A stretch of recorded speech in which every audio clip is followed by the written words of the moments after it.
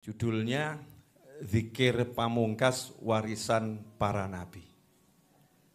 Zikir Pamungkas Warisan Para Nabi. Yaitu 4 macam zikir. Ya, 4 macam zikir. Jadi para nabi dan rasul itu khususnya kita umat Nabi Muhammad sallallahu alaihi wasallam dapat warisan 4 zikir yang diperintahkan untuk kita banyak-banyak membacanya. Ya, banyak-banyak membacanya. Apa manfaatnya banyak berzikir?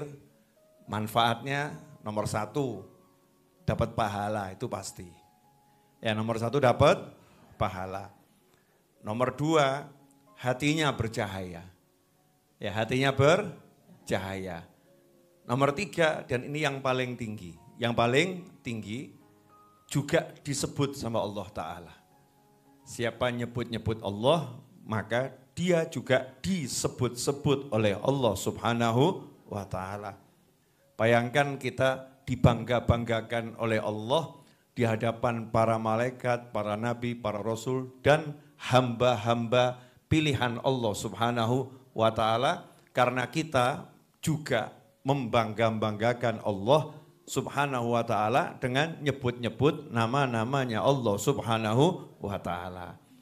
Nah, 4 macam zikir yang kita dianjurkan secara khusus karena ini terkait dengan bulan Dzulhijjah.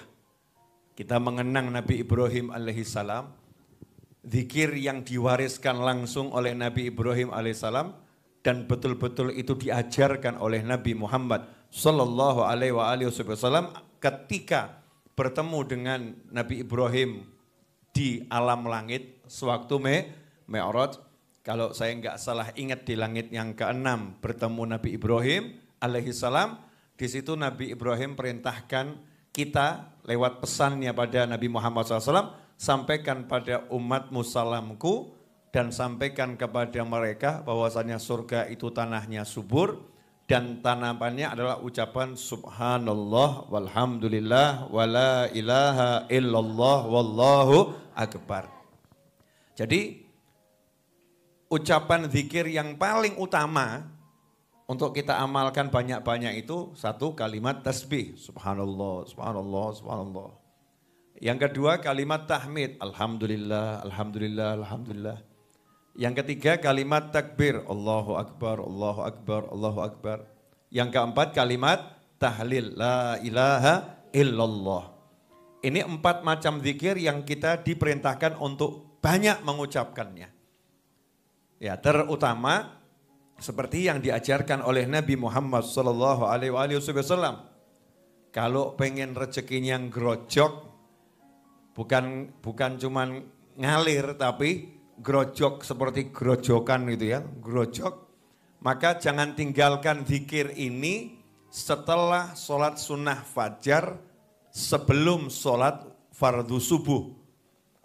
Jadi setelah sholat sunnah fajar 2 rakaat, kemudian baca zikir ini baru sholat subuh berjamaah. Apa itu? Subhanallah bihamdih, subhanallahil azim, astaghfirullah. Subhanallah wa bihamdih, subhanallahil azim, astaghfirullah. Jadi kalimat tasbih, tahmid ditutup dengan istighfar. Lagi-lagi yang dikedepankan di situ, yang diutamakan adalah kalimat tasbih dan tahmid. Subhanallah wa bihamdi, subhanallahil azim, astaghfirullah. Dalam hadis yang lain Rasul menyatakan kalimatani khafifatin ala lisan, thaqilatani fil mizan, subhanallah bihamdi, subhanallahil azim, atau kama qala sallallahu. Jadi kalau kita mau rezeki yang grojok, awali pagi sholat sunnah fajar 2 rakaat, setelah itu baca subhanallah wa bihamdi, subhanallahil azim, astaghfirullah sebanyak 100 kali. Kemudian yang kedua, kalau pengen dosanya habis, setelah salam dari sholat jangan loncat. Mohon maaf, saya pribadi mengingatkan diri saya dan mengingatkan istri saya, mengingatkan anak saya, mengingatkan adik saya, mengingatkan ibu-ibu semua dan sahabat saya dimanapun berada. Yuk kita betul-betul sadarkan diri, habis sholat jangan sentuh handphone. Itu setan handphone tuh ya Allah, Masya Allah. Kelunting kayak apa, kayak alasannya macam-macam gitu. Ini penting, ini darurat, ini urgent, setan itu semua. Masa nunggu 5 menit gak bisa. Siapapun tunggu dulu, saya akan sentuh kamu setelah selesai doa dan zikir.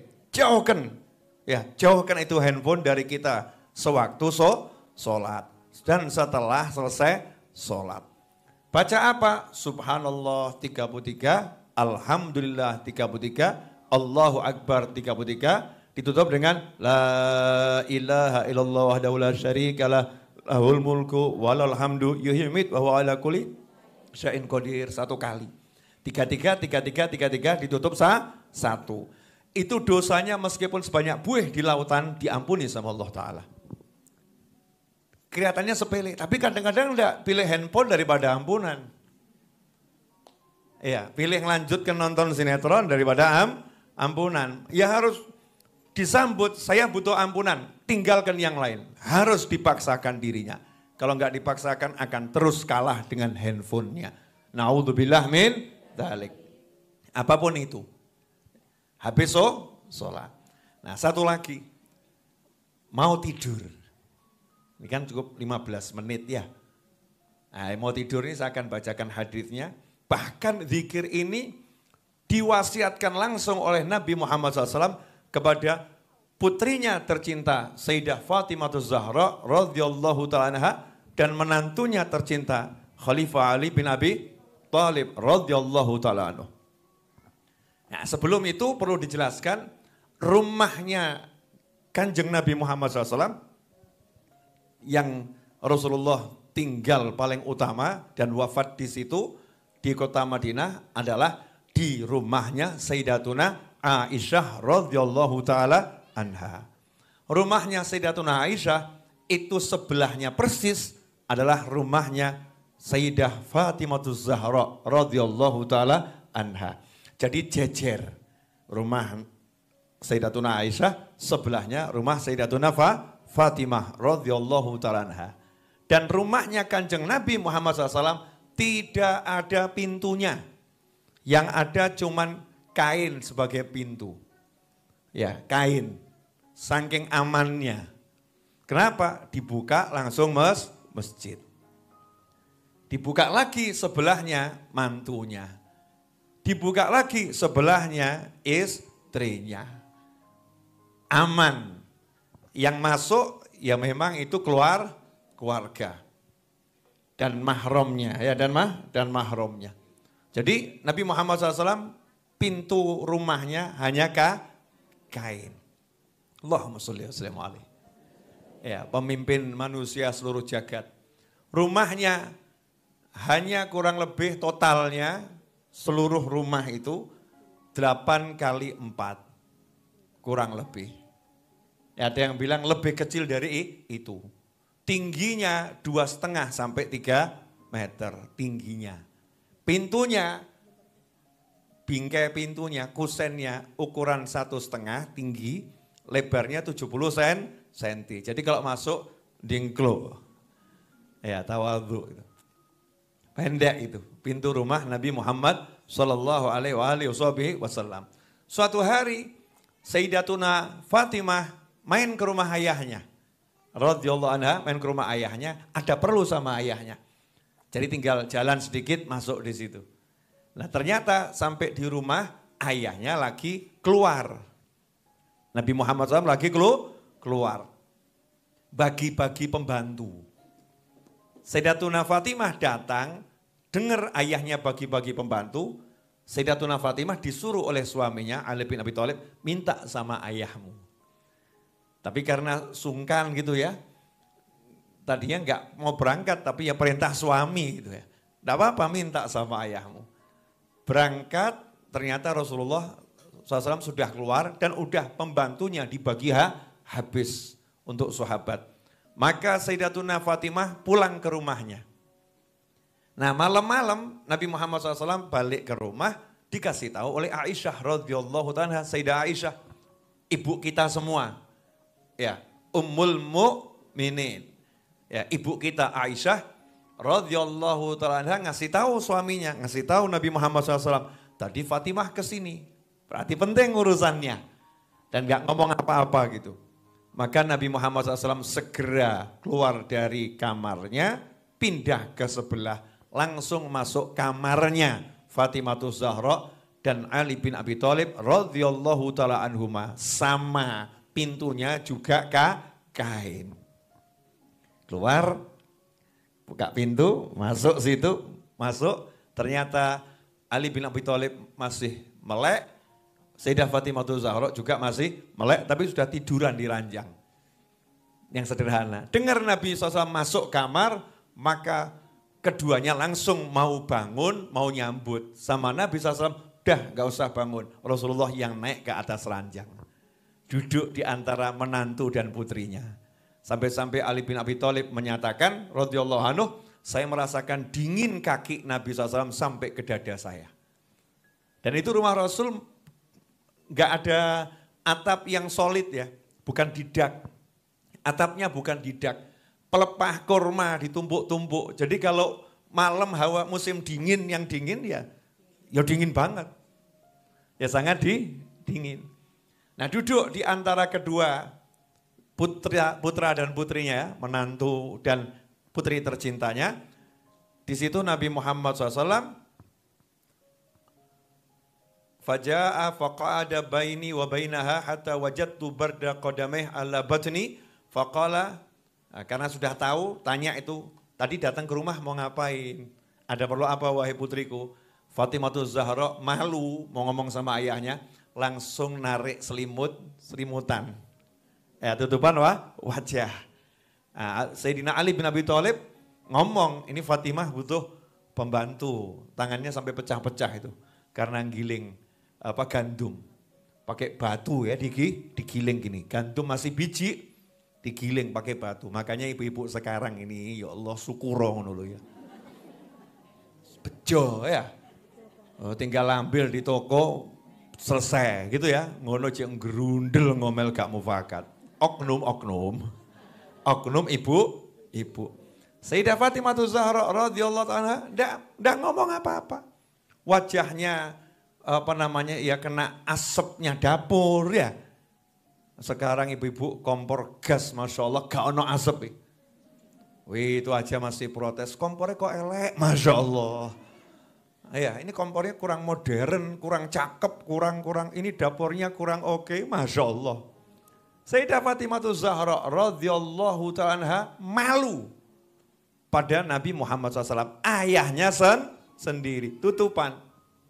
Sayyidina Ali bin Abi Thalib radhiyallahu ta'ala anhu ngasih tahu Fatimah butuh pembantu.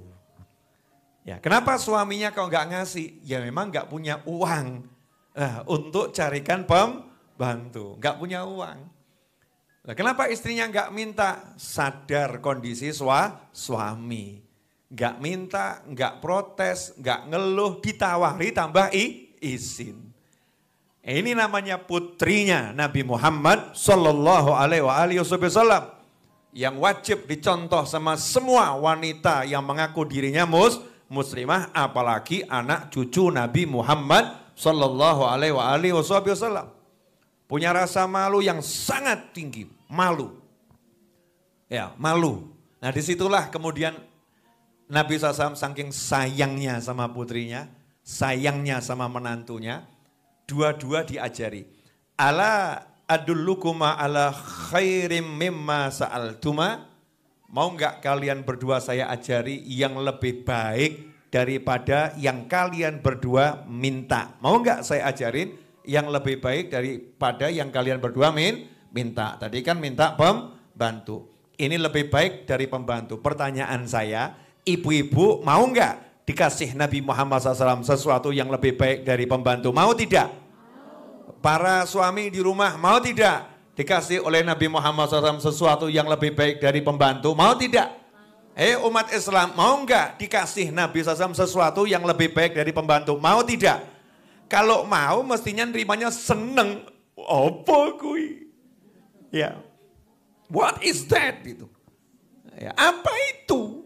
Apa yang lebih baik dari pembantu? Maka Nabi Muhammad sallallahu alaihi wasallam menyatakan, "Idza akhadtuma madhaji'ukuma aw awaituma ila firashikuma," kalau kalian sudah berada di pembaringan kalian, ya, atau sudah menuju tempat kalian untuk tidur, fasabbiha thalathan wa thalathin, maka ucapkanlah kalimat tasbih sebanyak 33 kali.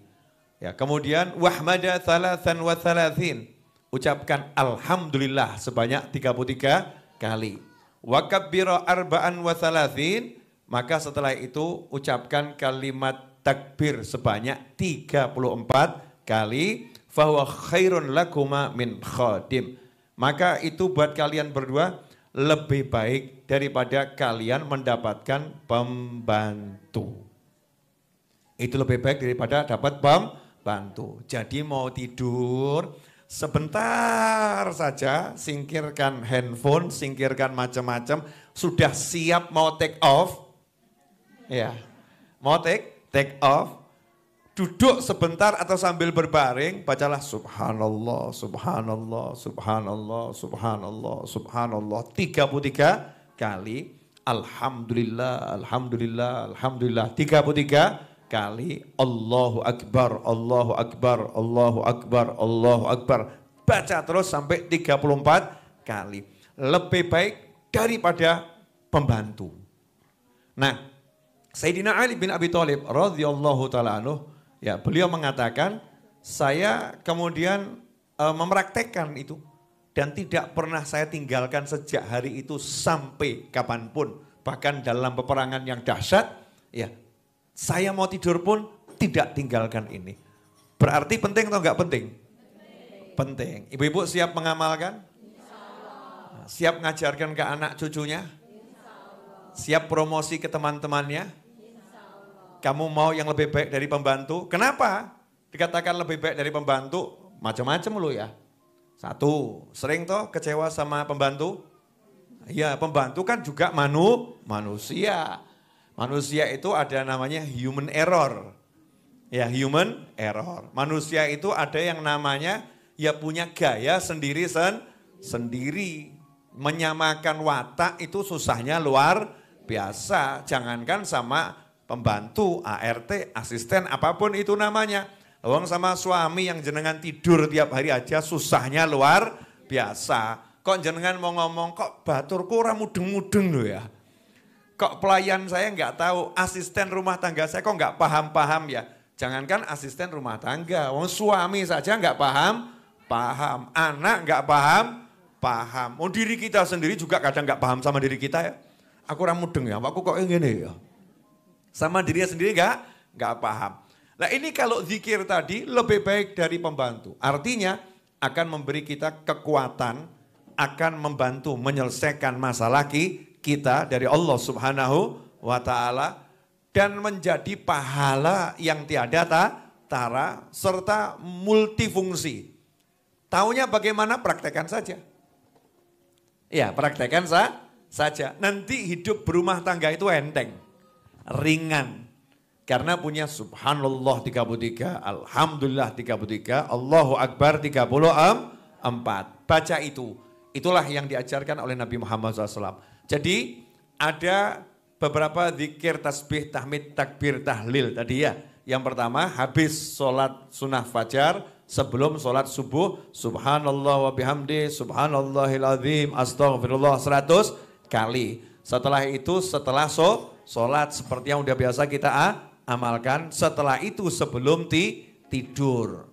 Subhanallah 33, alhamdulillah 33, Allahu akbar 34 tanpa kalimat tahlil. Walaupun ada riwayat yang lain, tapi ini riwayat yang sudah kita maklum mengamalkannya.